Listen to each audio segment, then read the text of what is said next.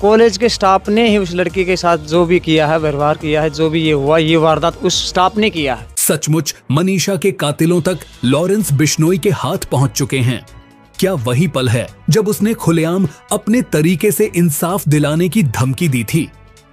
अब इस केस की गुत्थी सुलझाने में उसका नाम मददगार बन गया है। हरियाणा के दिल दहला देने वाले मनीषा हत्याकांड में एक ऐसा मोड़ आया है जिसने पूरे देश का ध्यान खींच लिया। मनीषा की मौत ने परिवार, समाज और पूरे सिस्टम पर सवाल खड़े कर दिए।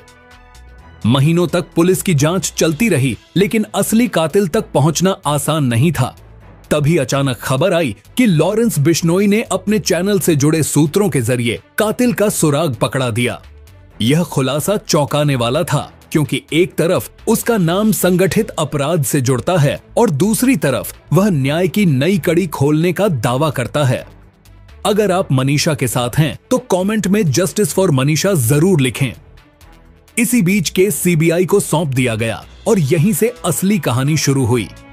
सबूत, गवाह और वे सवाल जिनका जवाब पूरा देश जानना चाहता है, सब एजेंसी के हाथ में आ गए। जैसे ही सीबीआई ने कमान संभाली, पूरे माहौल में सन्नाटा छा गया। एजेंसी की पहली चाल हमेशा गहरी होती है। उन्होंने केस की फाइलें, पुराने बयान दोबारा खंगाले और उन जगहों पर पहुंचे जहां पुलिस की नजर शायद ही गई थी। सबसे पहले सवाल यही उठा, क्या मनीषा की मौत आत्महत्या थी या फिर एक सुनियोजित हत्या? इस रहस्य को सुलझाने के लिए सीबीआई ने तीसरी पोस्टमार्टम रिपोर्ट मंगवाई। रिपोर्ट में साफ लिखा था कि शरीर पर गहरे चोटों के निशान मौजूद थे, जो किसी हादसे का नहीं बल्कि हिंसक हमले का नतीजा थे। यहीं से कहानी ने करवट ली। जांच अधिकारियों ने परिवार से लंबी पूछताछ शुरू कर दी। पिता से लेकर उसकी सहेलियों और लाइब्रेरी में पढ़ने वाले साथियों तक हर किसी से सवाल पूछे गए। हर बयान कैमरे पर रिकॉर्ड हुआ ताकि बाद में किसी बात को नकारा न जा सके। अब तक जुटाए गए सबूतों को दोबारा खंगाला गया और यही सामने आया कि मनीषा की आखिरी कॉल, उसके कदमों की टाइमलाइन और कॉलेज का कनेक्शन किसी बड़े राज्य की ओर इशारा कर रहा था। सीबीआई की नजर अब सीधे उसी नर्सिंग कॉलेज पर टिक गई जहां से उसकी जिंदगी का आखिरी सफर जुड़ा था। टीम ने फैसला किया, सच बाहर लाने के लिए इस दीवार के भीतर झांकना जरूरी है। स्थानीय पुलिस को साथ लेकर एजेंसी कॉलेज पहुंची और पूरे 9 घंटे की लंबी पूछताछ चली। स्टाफ और प्रबंधन से सीधे सवाल हुए। हत्या वाले दिन कौन मौजूद था? मनीषा को आखिरी बार किसने देखा? और सबसे अहम, समय रहते सीसीटीवी फुटेज पुलिस को क्यों नहीं दी गई? इन सवालों ने सबको असहज कर दिया। कई बयान आपस में टकराने लगे और चेहरों पर बेचैनी साफ झलकने लगी। टीचिंग स्टाफ से लेकर अन्य कर्मचारियों तक सभी को अलग अलग बैठाकर पूछताछ की गई। कैमरे के सामने दिए गए बयानों में घबराहट साफ दिख रही थी। यहीं से एजेंसी को एहसास हुआ कि कॉलेज की चारदीवारी कोई ऐसा राज छुपा रही है जो पूरे केस की दिशा बदल सकता है। कॉलेज की जांच के बाद सीबीआई ने सबूतों की डोर को और कसकर पकड़ लिया। हर बयान और फुटेज की बारीकी से जांच के दौरान एजेंसी को नए सीसीटीवी क्लिप मिले जो पहले की रिपोर्ट से मेल नहीं खाते थे। फुटेज में साफ नजर आया कि मनीषा कॉलेज के भीतर किन रास्तों से गुजरी और आखिरी बार किस जगह पर देखी गई। इसके अलावा पोस्टमार्टम से जुड़े सभी सैंपल्स को दोबारा एम्स दिल्ली भेजा गया। सीबीआई को शक था कि पहले की रिपोर्ट में गड़बड़ी की गई थी। जांच हुई तो साफ हुआ, ये सबूत मामूली नहीं बल्कि हत्या का सीधा प्रमाण थे। इसी दौरान एजेंसी ने सस्पेंड किए गए पुलिस कर्मियों और कुछ अफसरों से भी पूछताछ की ताकि यह समझा जा सके कि शुरुआती जांच में इतनी लापरवाही क्यों बरती गई। धीरे धीरे राज खुलने लगे और मामला सिर्फ हत्या तक सीमित नहीं रहा बल्कि सिस्टम की सच्चाई भी उजागर होने लगी। अब सीबीआई का ध्यान परिवार और गवाहों की तरफ गया। सबसे पहले मनीषा के पिता संजय से लंबी पूछताछ की गई। सवाल सीधे थे, बेटी से हुई आखिरी बातचीत में क्या कहा गया था? जिस रात उसके फोन से कॉल आया तब आप कहां थे?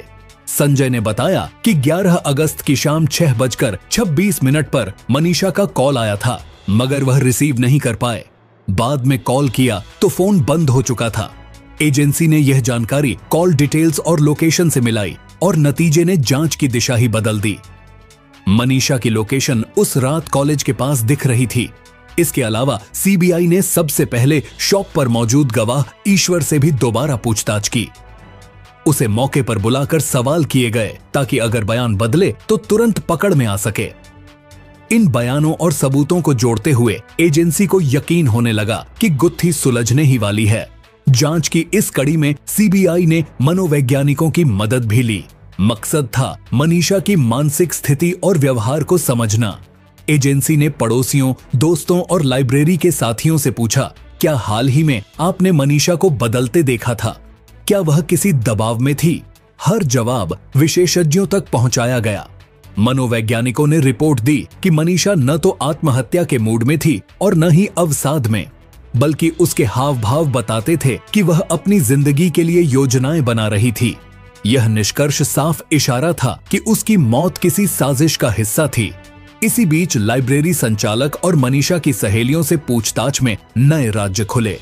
कुछ ऐसे चेहरे सामने आए जिनके बारे में पहले कभी सोचा भी नहीं गया था। सीबीआई अब पूरी तरह आश्वस्त हो चुकी थी कि वह कातिल के बेहद करीब है। कई महीनों की पड़ताल, गवाहों की पूछताछ और सबूतों की परतें खोलने के बाद एजेंसी अब केस की जड़ तक पहुंच चुकी है। हर कदम ने साबित किया कि मनीषा की मौत कोई हादसा नहीं बल्कि सुनियोजित हत्या थी। कॉलेज से लेकर सिस्टम तक हर जगह छुपी हुई सच्चाई धीरे धीरे सामने आ रही थी। लेकिन लोगों के बीच अभी भी एक सवाल गूंज रहा था, क्या लॉरेंस बिश्नोई ने सच में मनीषा के कातिलों तक पहुंच बनाई थी? सच्चाई यह है कि अब तक लॉरेंस बिश्नोई ने मनीषा के अपराधियों को अपने हाथों से नहीं पकड़ा। उसकी तरफ से फैली खबरें महज कयास हैं। असली जिम्मेदारी अभी भी सीबीआई के पास है। एजेंसी जुटाए गए सबूतों और गवाहों के सहारे अंतिम कड़ी तक पहुंच रही है। बहुत जल्द वह चेहरा सामने आएगा जिसने मनीषा की जिंदगी छीन ली। पूरा देश इंतजार कर रहा है उस सच का, जब मनीषा के कातिल पुलिस की गिरफ्त में होंगे।